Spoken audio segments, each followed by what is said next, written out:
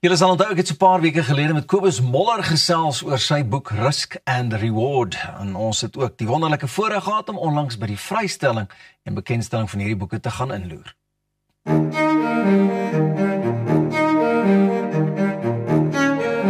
Ons is hier in die Sinotaafsaal van die monument, seker die beste venue wat 'n mens kan kry vir 'n boekbekendstelling.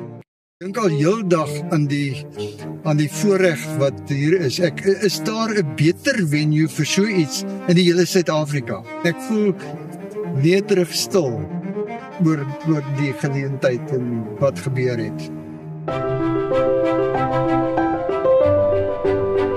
Ons staan vanaand hier so eintlik, ek dink, in die mees unieke kunsgalery in Suid-Afrika, want dit is die enigste monument in Suid-Afrika wat bymekaar kom plek is van ons top Afrikaanse kunstenaars, wat dan die voorreg het om ook hier te kan uitstal. En wat dit dan ook vir ons baie spesiaal maak, is dat Kobus Moller na COVID, het hy gekom met die idee saam met Piet Smit om te sê, maar kom ons begin iets hier, wat ons unieke waarde vir die Voortrekker Monument skep, maar ook 'n plek waar ons erkenning kan gee vir ons Afrikaanse beeldhouers, skilders. En dit is wat hierdie kunsgalery hierso in die Sinotaafsaal van die monument ook nie net uniek maak nie, maar dit skep ook 'n ervaring vir ons internasionale toeriste. As hulle die monument besoek, hulle ontdek die wildlewe van Suid-Afrika, hulle sien die pragtige bome, die natuurskoon van hierdie land, wat hulle dalk nie eens op 'n ander manier enigsins sou kon sien nie. Hierdie boek, die naam Risk and Reward in Afrikaans, wag en wen. Ek is 'n ou wat bitterlik baie onverskillige, onverantwoordelike risiko's geneem het as ek in die bos agter diere aan was om hulle te bestudeer. En verskeie kere moes ek nie lewendig daaruit gekom het nie. So die boek het 'n baie stewige geestelike basis, dat ten spyte van stupidheid kom die Here en hy organise die dinge so dat jy veilig is.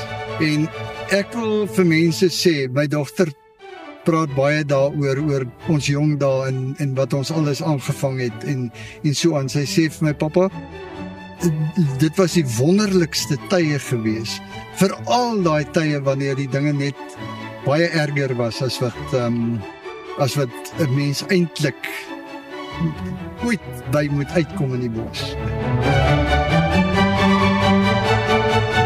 Wat hierdie boek van vanaand wat hier bekendgestel word 'n baie unieke boek maak, is dat dit die samevatting is van 'n lewenswerk amper oor 50 jaar, en dat daar aan elke skildery 'n unieke storie gekoppel is, wat vertel van Kobus Moller se lewensreis, wat begin het in Rhodesië op 'n sendingstasie, en dan uitgebrei dat dit reg oor die hele wêreld het hy bekend geword. Letterlik op elke kontinent is van sy werke uitgestal. En as mense hierdie boek blaai, dan ontdek jy nie net die kuns nie, jy ontdek die siel van 'n kunstenaar. En saam met dit is die moeite, die fyn detail, wat nie net sy kunswerk nie, maar wat hierdie boek so uniek maak, dat hy elke voorblad op 'n unieke manier geskilder het, en dit nie net geskilder het nie, dat hy dit in detail gedoen. Die beste deel van 'n Desember vakansie is wanneer jy saam met jou familie kan sit, lekker gesels, lag en speletjies speel. Maar in ons huis kan ons skaars een ronde Monopoly of Boereplaas speel, en dan's iemand daarmee in hulle bars en trane uit, dis gewoonlik ook ek, want dan is ek bankrot. Daarom het ek hulp ingeroep van Stefan Roots van Timeless Board Games. Ek het vir hom gesê, asseblief kom deel 'n bietjie 'n paar lekker opsies wat die speletjies aanbetref, wat ons hierdie vakansie kan aanvat. Stefan, hartlike goeiemôre en baie welkom. Ja, baie dankie vir die geleentheid. En toe ek Monopoly sê, toe dink ek dadelik, maar dis mos die speletjies wat oupa en ouma ook gespeel het. Daar is 'n hele rits nuwe speletjies op die tafel. Dit is korrek. Ons het vroeër genoem, ek het gesê, daar is speletjies wat ons almal ken. Dis 'n handjie vol. Maar in die afgelope 30 jaar het die industrie baie verander. En daar is nou 'n speletjie met elke liewe tema onder die son. Jy het vroeër genoem oor die Formule 1 wat gister plaasgevind het. Daar is selfs 'n Formule 1 speletjie. Jy kan speel as 'n wynboer. Jy kan speel met as 'n groep Of jy kan speel as 'n individu selfs. Mense sal nie dink dat ons bordspelletjies is wat jy op jou eie kan speel nie. Maar daar's so groot verskeidenheid dat ek dink dis waar Timeless Board Games van begin het. Dit was net om daai passie te kan oordra aan mense, hulle geleentheid te gee om meer te weet oor die verskillende opsies wat daar is. En om ook hulle geleentheid te gee om daardie speletjies te kan speel, want dit is nie net 'n boks op 'n rak sit nie. Jy moet hom kan gaan gebruik. Hoorie, maar daar is soveel speletjies deesdae, waarmee begin ou? Ek meen, obviously kyk jy seker eerstens na die ouderdom in jou familie, jy weet hoe jonk die kinders is of so, hoe meer volwasse dit is, hoe meer volwasse is die speletjies en dinge ook seker. Ja, daar's ietsie vir absoluut almal. Ek is 'n groot aanhouer dat ek sê almal is 'n bordspeletjie. Aanhouer, en hulle moet net die regte speletjie vind. Jy kan sê, wil ons 'n speletjie wat tussen 2 gespeel word, 'n groep van 5 of 10 dalk, soek ons iets vir ouderdomme 13 en ouer, 15 minute speeltyd, of is dit intense ouens wat miskien wil sit vir 3 ure lank en hulle wil so 'n reëlboek lees. So daar is regtig ietsie vir absoluut almal, maar ek dink veral nou dat die feesseisoen is, die speletjies wat vir die jonger garde geskik is en ook die ouer mense, so die familiespeletjies. Lekker. En daar is 'n klomp speletjies wat hulle is eenvoudig genoeg vir kinders om te kan speel. Maar is ook ingewikkeld genoeg vir ouers om saam te speel, dat hulle nie voel, maar dis eintlik 'n bietjie vervelig nie. Ek moet 'n bietjie terughou hierson nie. Jy moet maar jou beste voet vorentoe sit, want die kleintjies sal jou klop. Hoorie nou, jy het 'n hele tafel vol vir ons saamgebring. Ek meen, soos watter van hierdie speletjies sal jy nou aanbeveel? Ek meen, seker obviously almal. Fast Blast, nog nooit in my lewe van hierdie gehoor nie. Maar dit lyk lekker. Ja, en wat is hierdie Spotted? Spotted, ja. So hierdie speletjies is ook veral lekker vir die feesseisoen, want hierdie is kompak. So hulle is ideaal om mee te reis. Hierdie pas maklik in jou handsak, of jy kan dit in die kajuit van die kar hou, of in 'n rugsak en so insit. En jy het 'n klein oppervlak nodig. As jy nou miskien by 'n restaurant sit, jy wil 10 minute voor jy die kos kom, of jy sit in kamp en so aan. So hierdie is maar hoofsaaklik kaartspeletjies. Spotted werk wel amper so Snap, maar gebruik prentjies. Eerder as die gewone kaarte. En ons verskillende patrone daarop, soos die waar die kleintjies mee baie goed is, want hulle is baie goed met daardie patroonherkenning. Bananagrams speel amper so Scrabble, maar 'n spoed Scrabble. En jy speel op 'n bord nie, jy speel nie vir punte nie. Almal neem hulle beurt op dieselfde tyd, sodat daar ook nog 'n vinnige affære daarso vir die mense. En is hierdie ook speletjies wat 'n ou redelik vinnig onder die knie kan kry? Ek meen, soos wat jy reg gesê het, 'n ou wil nou nie ure spandeer om 'n reëlboek deur te lees nie. Ja, dit is waar 'n ding van die agter die kap van die game kom. Presies, ja.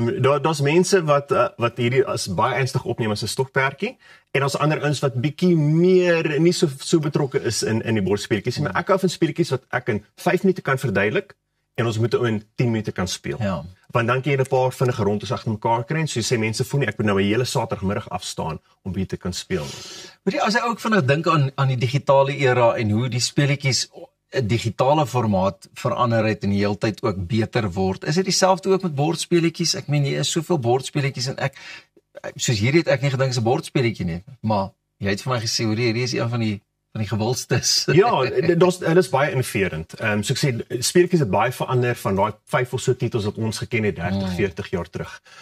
Daar is tans word daar meer as 1000 nuwe titels per jaar vrygestel. So ek dink daar is 'n groot verskeidenheid daarso, maar die mense het ook slim geraak. Ons is bijvoorbeeld gewoond geweest miskien met bordspelletjies dat ons teen mekaar speel. Jy het 'n tipe speletjie wat ons noem 'n koöperatiewe speletjie.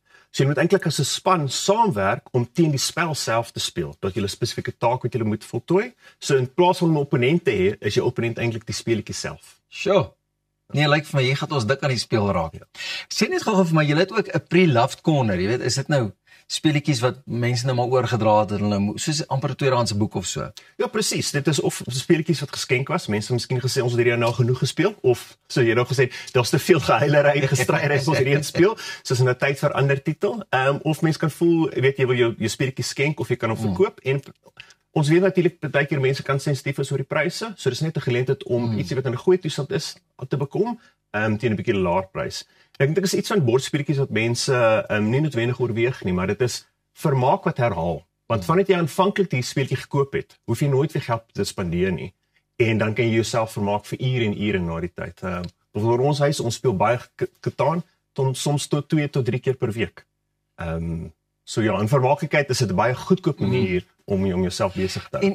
En dis ook daai speletjie wat vir generasie tot generasie kan gaan. Ek meen, ons praat nou van die ouer speletjies, maar deesdae ook met die nuwe speletjies.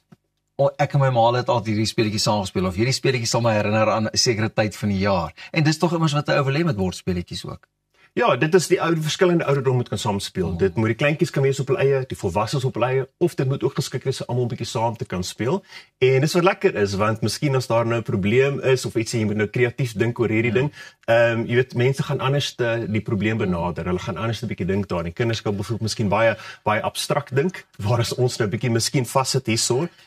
So dis lekker. Dit leer jou baie vaardighede ook, ja. So watter speletjies sal jy voorstel? Ons het dan nou gesels oor die weer wat 'n bietjie wispelturig is en baie reënweer wat voorspel word. So as jy nou nie kan uitdra van die strand nie, watse bordspeletjies sal jy nou vir 'n gesin kan voorstel? Ek dink een van die klassieke speletjies is definitief Catan. Catan het nou sy 30 jaar herdenking gevier hierdie jaar en dit is die speletjie wat hy's klassiek want hy het basies die moderne bordspeletjie era afgeskop. En is geskik vir aller ouderdomme, baie groot pretspeletjie en jy kan selfs kompeteer en speel. Daar's 'n Suid-Afrikaanse en 'n wêreldkampioenskap vir hierdie een wat interessant is, ja. En Banana Grams is ook 'n gunsteling vir my want hy is letterlik ouderdomme 7 tot en met 99. Jy kan 2 spelers speel tot en met 7 op 'n slag. En dit help jou woordeskat met jou spelling ook. So dit is 'n groot pret een. Maar ek sê die enig van die kompakte speletjies, baie van die kaartspelletjies, soos ek sê, hulle is vinnige speeltyd. Lekker. Dra met jou sak rond, so waar jy nou is, hy's maklik om saam met jou rond te dra. Waar gaan 'n ou vir julle in die hande kan kry? Waar kan 'n ou kom inloer? Hoe maak ons om 'n bordspeletjie in die hande te kry? Okay. So jy kan die webwerf besoek, timelessboardgames.co.za. Dan is daar ook die winkel in Eden waar jy 'n bietjie deurkom en bietjie miskien meer vra oor 'n speletjie wat geskik is. Jy kan dalk sê ek soek ietsie vir 2 tot 4 spelers, ouderdomme 10 of ouer, ietsie wat miskien binne 'n halfuur so sal speel. So wat jou voorkeur is, kom praat met ons sal vir jou aanbeveel. Nou ja, baie dankie vir die inloer. Ek is seker ons gaan sommer nou inderhaas na die winkels toe gaan om vir ons 'n bordspeletjie te kry, vars nuwe bordspeletjie. Bly ingeskakel want net hierna gesels ons oor Back a Buddy en ek seker jy wil nader sit en sommer daai volume ook 'n bietjie vinniger en hoër maak aan jou kant om meer hiervan uit te vind.